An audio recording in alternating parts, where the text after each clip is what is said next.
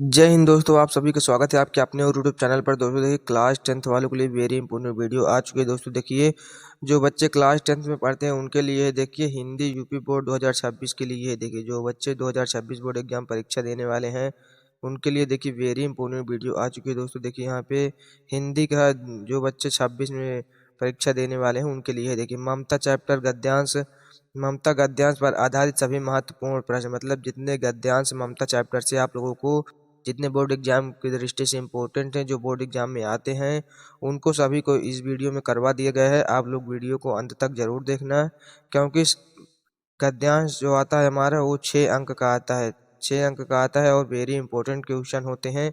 सभी गद्यांश करवा दिया गया है, तो आप लोग कंफ्यूज मत होना, आप लोगों को वीडियो को अंत तक देखना है। तो चलिए शुरू करते हैं।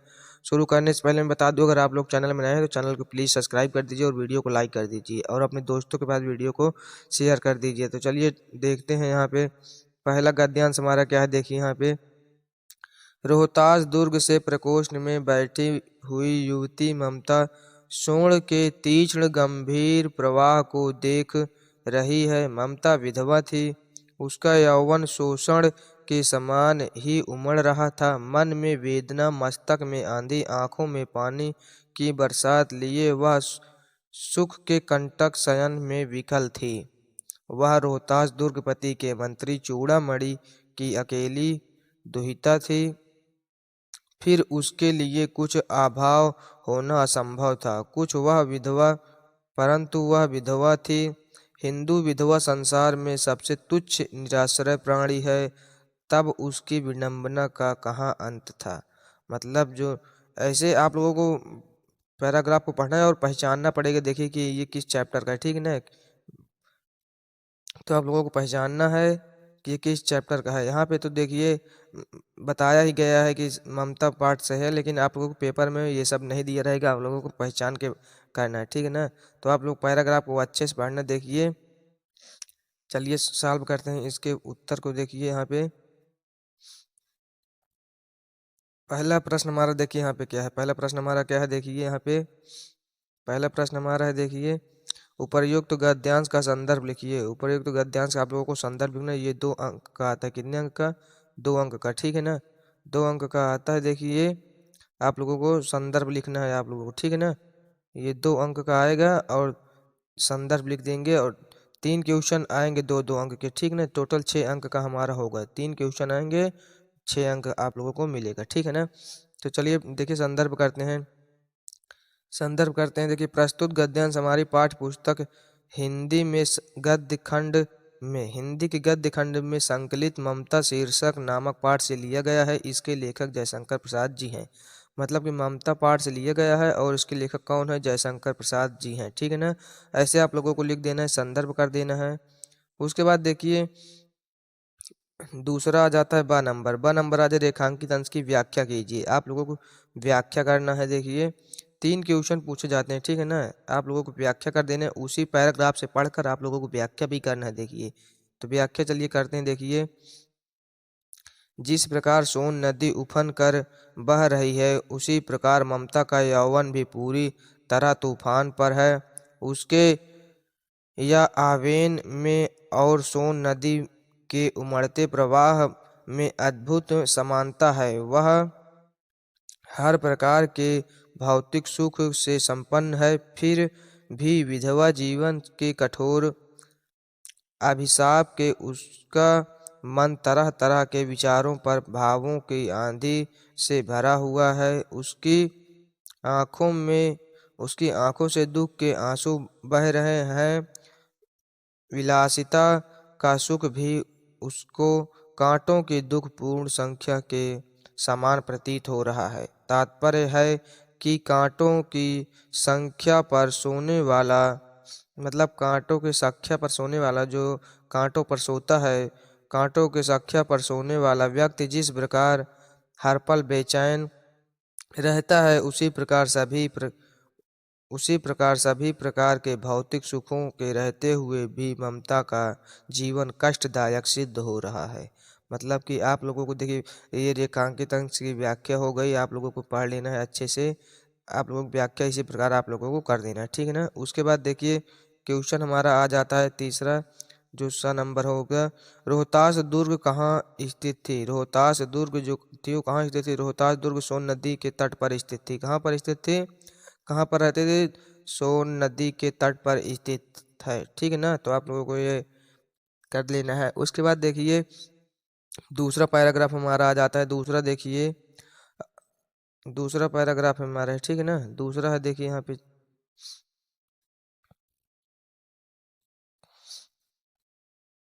अश्वारोही पास आया। अश्वारोही पास आया, ममता ने रुक रुक कर कहा, मैं नहीं जानती कि वह शहंशाह था या साधारण मुगल, पर एक दिन इसी झोपड़ी के नीचे वह रहा। मैंने सुना था कि वह मेरा घर बनवाने की आज्ञा दे चुका था। मैं आजीवन अपनी झोपड़ी खोदवाने के डर से भयभीत रही।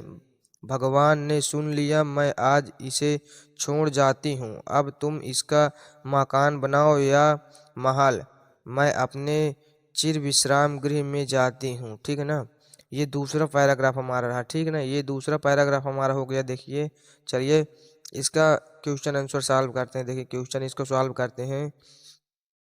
पहला हमारा आ जाता है, देखिए प्रस्तुत गद्यांश का संदर्भ लिखिए। प्रस्तुत गद्यांश आप लोगों को संदर्भ लिखना है। देखिए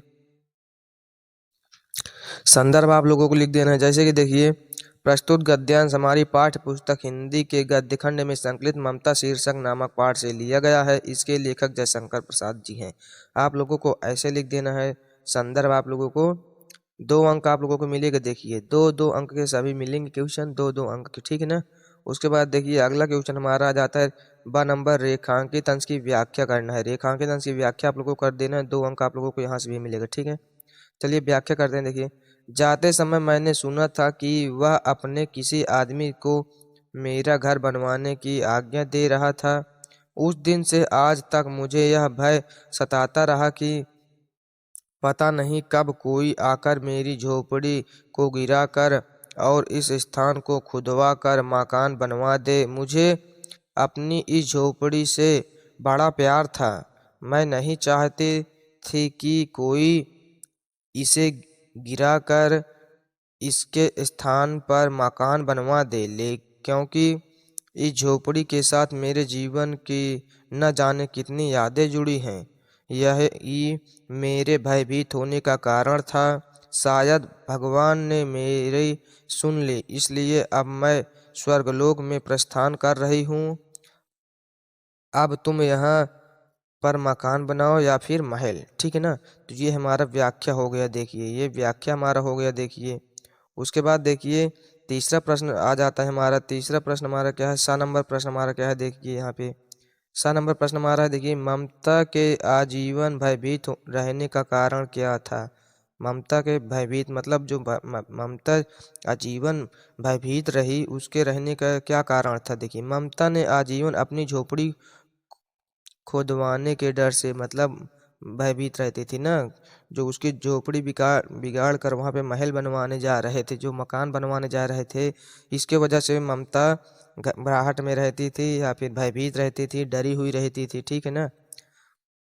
उसके बाद देखिए अगला आ जाता है हमारा, देखिए अगला तीसरा गद्यांश हमारा आ जाता है यहाँ पर। देखिए काशी के उत्तर में धर्मचक्र बिहार मौर्य और गुप्त सम्राटों की कीर्ति का खंडहर था।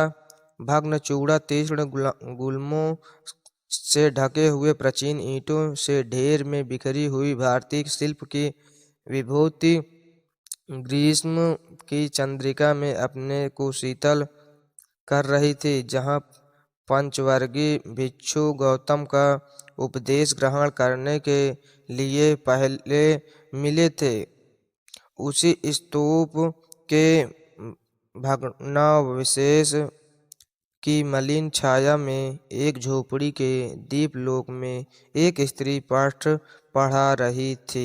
ये हमारा तीसरा पैराग्राफ है। देखिए आप लोगों को मिल सकता है, वेरी इंपॉर्टेंट है। ठीक है ना, आप लोगों को पहचानने में आप लोगों को दिक्कत नहीं, इसलिए मैं सभी चैप्टर को करवा रहा हूँ, क्योंकि आप लोगों को पहचान लेंगे तो आप लोगों को बहुत सही रहेगा बोर्ड एग्जाम में। ठीक है ना, तो इसका देखिए पहला क्वेश्चन हमारा आ जाता है आ नंबर, प्रस्तुत गद्यांश का संदर्भ लिखिए। आप लोगों को संदर्भ लिखना है। देखिए प्रस्तुत गद्यांश हमारी पाठ्य पुस्तक हिंदी के गद्य खंड में संकलित ममता शीर्षक नामक पाठ से लिया गया है। इसके लेखक जयशंकर प्रसाद जी हैं, ठीक है ना। तो आप लोगों को इसी प्रकार लिखना है। उसके बाद देखिए आ जाता है हमारा दूसरा प्रश्न, हमारा आ जाता है रेखांकित अंश की व्याख्या करना है। आप लोगों को रेखांकित अंश की व्याख्या करना है। तो चलिए व्याख्या करते हैं। देखिए व्याख्या में क्या है, देखिए इन बौद्ध विहारों की टूटी फूटी छुट्टियाँ व कंगूरें और उनके चारों ओर खींची हुई वह दीवारें जो पत्तों पर और झाड़ियाँ आदि से ढकी हुई थी। धर्मचक्र विहार के इन खंडहरों को देखकर ऐसा प्रतीत हो रहा था मानो ईंटों के ढेर में बिखरी हुई भारतीय शिल्प कला की आत्मा ग्रीष्म ऋतु की चांदनी से अपने आप को शीतलता प्रदान कर रही हो, ठीक है ना। ये हमारा व्याख्या हो गया। देखिए ये हमारा व्याख्या हो गया। तो आप लोगों को इसी प्रकार से आप लोगों को व्याख्या कर लेना है। देखिए उसके बाद अगला क्वेश्चन जो जाता है हमारा, देखिए यहाँ पे अगला क्वेश्चन हमारा ऐसा नंबर, धर्मचक्र जो था वो कहाँ स्थित था। इसमें पूछा गया धर्मचक्र कहाँ स्थित था। तो धर्मचक्र उत्तर में देखिए कहाँ स्थित है, धर्मचक्र सारनाथ में स्थित था। कहाँ पे स्थित था, सारनाथ में स्थित था। आप लोगों को देखिए देख लेना है, सारनाथ में स्थित था। तो ये वाला ऑप्शन हमारा सही हो जाएगा, मतलब सारनाथ वाला, ठीक है ना। यहाँ पे देखिए ऑप्शन क्या है, ये क्वेश्चन आंसर है, यहाँ सारनाथ में स्थित था।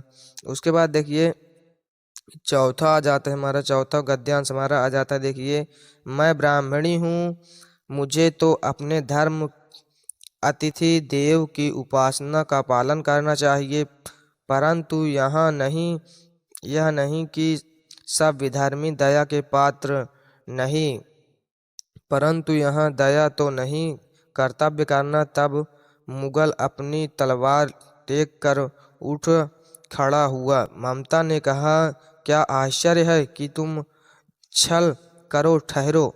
नहीं, तब नहीं, स्त्री जाता हूँ। तैमूर का वंशधर स्त्री से चलकर छल करेगा। यहाँ पे छल होना चाहिए, ठीक है ना, छल करेगा। जाता हूँ, भाग्य का खेल है। मतलब ये पैराग्राफ आप लोगों को पढ़िए और समझिए, ठीक है ना। तो चलिए क्वेश्चन आंसर सॉल्व कराते हैं। देखिए क्वेश्चन आंसर सॉल्व कराते हैं। पहला क्वेश्चन हमारा क्या है, देखिए यहाँ पे पहला क्वेश्चन हमारा है, देखिए उपयुक्त गद्यांश का पाठ और लेखक का नाम लिखना है। पाठ का नाम और लेखक का नाम लिखना है। इसमें देखिए उत्तर में हमारा देखिए क्या आ जाता है, देखिए उपर्युक्त गद्यांश के पाठ का नाम ममता है और इसके लेखक का नाम जयशंकर प्रसाद है। तो आप लोगों को लिख देना है। अगर संदर्भ नहीं पूछा गया तो, अगर जैसे संदर्भ लिख ली कि नहीं आया, तो आप लोगों को पाठ का नाम और लेखक का नाम बताना होगा, लिखने के लिए आएगा, ठीक है ना। जैसे कि यहाँ पर देखिए आया हुआ है। उसके बाद देखिए दूसरा प्रश्न हमारा आ जाता है बा नंबर। यहाँ पर देखिए व्याख्या करने के लिए आया है, लेकिन क्वेश्चन देखिए नहीं लिखा गया है, लेकिन ये व्याख्या है, ठीक है ना। प्रस्तुत अंश में ममता विचार करती है कि वह ब्राह्मणी है। ब्राह्मणी होने के कारण उसका धर्म अतिथि का सेवा सत्कार करना, अतः उसका धर्म है उसके द्वार पर आए अतिथि का आश्रय प्रदान करना। मतलब कि देखिए यहाँ पे जो ममता थी उसका कर्तव्य क्या था, उसका विचार करता थी कि मैं ब्राह्मणी हूँ। ममता कहती मैं ब्राह्मणी हूँ और मेरा कर्तव्य है, मेरा धर्म है कि जो अतिथि हैं, जो मेहमान लोग, जो रिश्तेदार उसके द्वारों पे आते हैं, तो उनका सेवा करना है, उसका सत्कार करना है, ठीक है ना। तो आप लोगों को कर देना है। उसके बाद देखिए 7 नंबर क्वेश्चन हमारा आ जाता है, वह मैं ब्राह्मणी हूँ यह किसने कहा था। यह किसने कहा था, उत्तर है हमारे, देखिए मैं ब्राह्मण हूँ, मैं ब्राह्मणी हूँ, मैं ब्राह्मण हूँ, यह ममता ने कहा था। किसने कहा था, ममता ने कहा था। तो आप लोगों को लिख देना है ऐसे ही। तो चलिए धन्यवाद। देखिए मिलते हैं फिर किसी नेक्स्ट वीडियो में मिलते हैं। जय हिंद, जय भारत। और हाँ, इस वीडियो से आप लोगों को शेयर जरूर कर देना है। जय हिंद, जय भारत। और हाँ, अगले चैप्टर में मिलते हैं, पार्ट 3 है ना। अगला चैप्टर हमारा क्या है, पार्ट 3 भारतीय संस्कृति, ठीक है ना। भारतीय संस्कृति भी आप लोगों को मिल जाएगी। जय हिंद, जय भारत।